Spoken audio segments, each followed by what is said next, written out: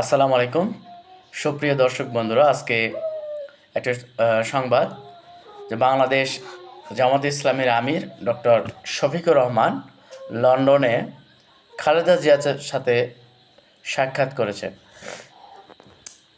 এটা একটা বিএনপি এবং জামাতে ইসলাম রাজনীতিতে সুসংবাদ। বিএনপি এবং জামাত বাংলাদেশের সবচেয়ে বড় দল, এরা যদি এখন ঐকমত্য পোষণ হয়ে দুজনে মিলে বসে নির্বাচনটা কবে হলে ভালো হয় এবং কি কি সংস্কার করা দরকার এগুলো নির্ধারণ করে ডক্টর মোহাম্মদ ইউনূসের সাথে বসতে পারলে এ দেশের কল্যাণ আরও বেশি হবে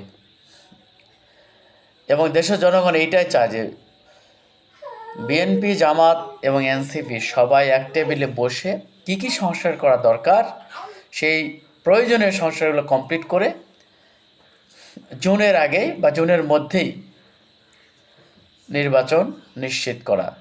তাহলে দেশের জনগণ অত্যন্ত খুশি হবে।